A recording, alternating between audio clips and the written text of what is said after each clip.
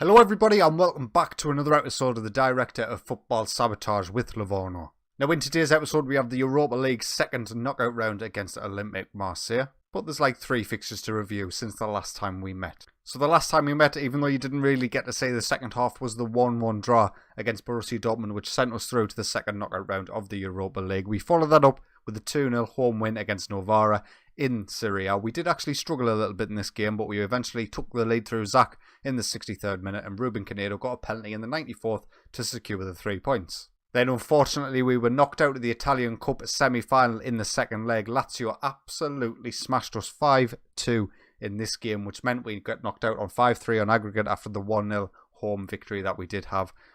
Patrice Derrian-Schmidt and Hugo Fernandez scored for us. Claudio had a poor game, as you can see here. But to be honest with you, most of the side had a poor game. And no Italian Cup final for us. And finally was a 2-0 away win in Serie A against Sassuolo. Ziga scored a goal for us in the 29th minute, and Zach got a goal as well in the 52nd.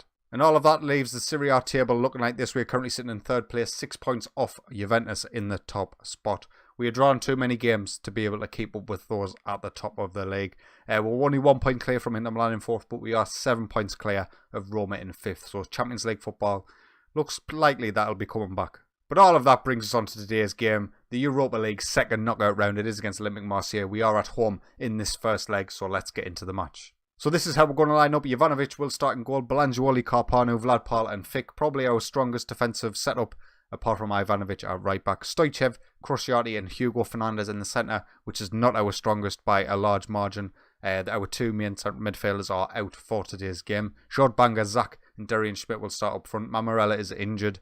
Ziga is unregistered because we could only register 3 new players, and we'd already registered Stoichev and a couple of others I can't remember. But unfortunately, he's not available for today's game. So they come at us with a 4-3-2-1. Pedro is a very good side. We did have a look at them in the last episode. They do have a decent side, but probably worse than Borussia Dortmund. So if we play at any sort of similar level as to how we did against Dortmund, we should make it through. And we'll kick off shooting from right to left. Of course, we are at home in this first leg, which is not ideal. So we really do need to get a good performance from the boys in this match. First 10 minutes or so have been quite even. Olympique Marseille coming in with a little bit more possession, but not too much. I might consider going on the counter-attack, and not now. After Gabriel Rojas gets a goal for Olympique Marseille, an absolutely fantastic free kick. Not too often you see direct free kicks going in, but has there been some change or something? I'm not too sure, but that's a great free kick. The keeper could do absolutely nothing about that, and Olympique Marseille take an early lead. We're going to go positive. We're going to try and control this game, but corner for Marseille, and it comes out. Belangioli with an excellent tackle. If you can give that Derrian-Schmidt there. He tries to play it over the top. Rojas, Derrian keep control of it. He switches the play to Zach on this left-hand side. There's loads of the back post. Banga gets the goal, and we are back level. 23 minutes. Didn't last long there, lead. Some good play from Zach on that left-hand side. I thought Derrian-Schmidt had ruined that opportunity by giving it straight back to Rojas, but he switches the play quite nicely. A little bit overhit, but Zach makes it work, and Jordbanga with a header, 1-1. Another highlight, 25 minutes in, and Belangioli gives it straight to their player, and that is absolutely criminal.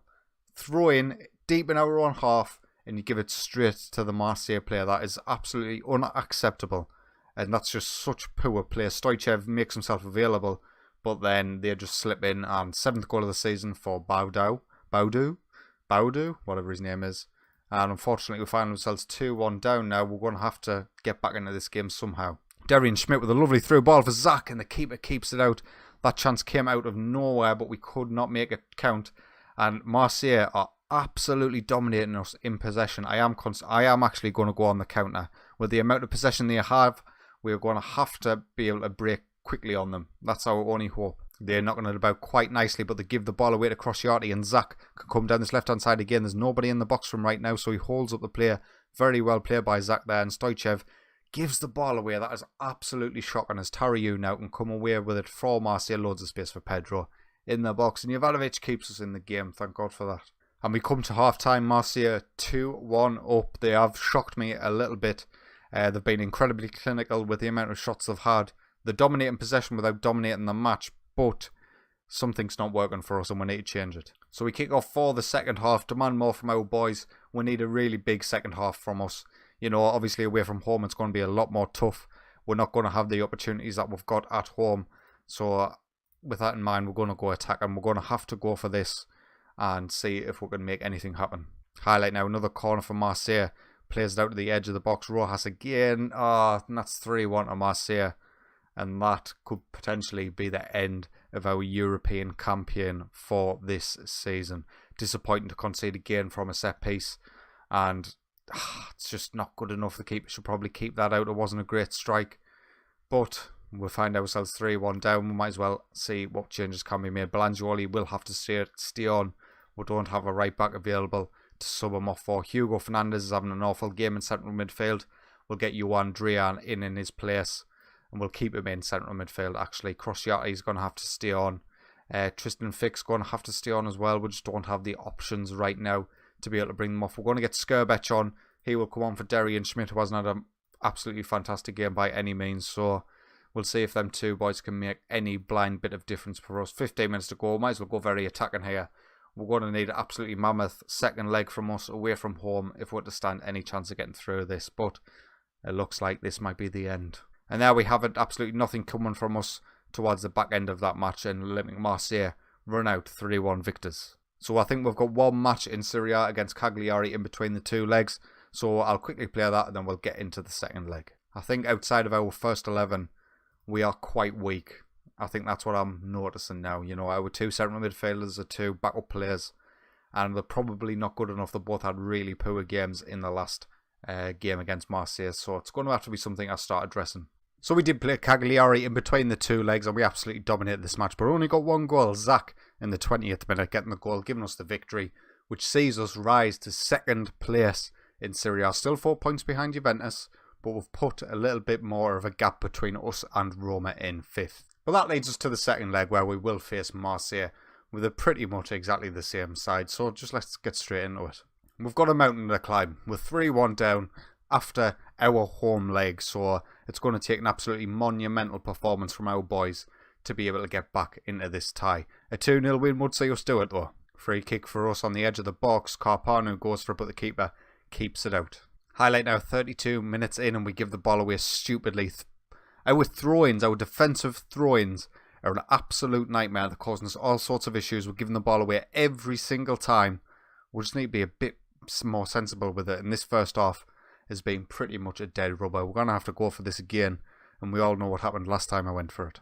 So for the second half, we're going attacking and we're pushing the wing backs on. There we are. There's the master plan on how we're getting back into this game. 25 minutes to go and nothing is happening whatsoever.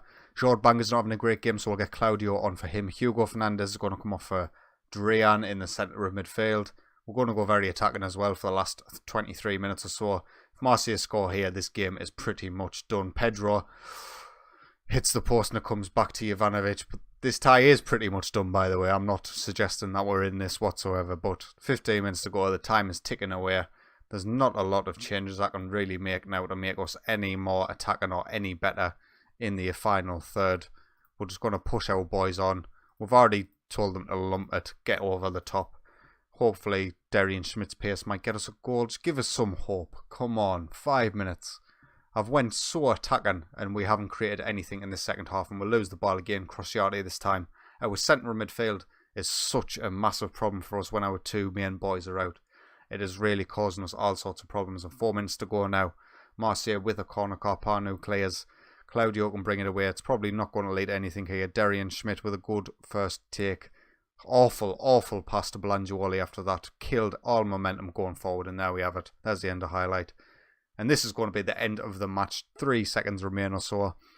And give the ball away from another throw-in. Absolutely ridiculous stuff. And there we have it. Marseille 3, Livorno 1. We are out in the second knockout round of the Europa League. And I'm quite embarrassed by how we performed over the two legs. It was really disappointing from the boys. But we'll move on. Europa League was never going to be that big of a deal for us. Top 4 is always going to be the main aim, whilst we're still in this sort of transition period from a mid-table side to one of the top sides in the league. So looking forward to next episode. We are going to come back for the Roma game. Roma currently sitting in 5th position. It could be a very, very key game as to whether we get Champions League football for next season or not. If you have enjoyed today's video, please consider leaving a like, and if you are enjoying my content, get yourself subscribed. But until next time, take it easy.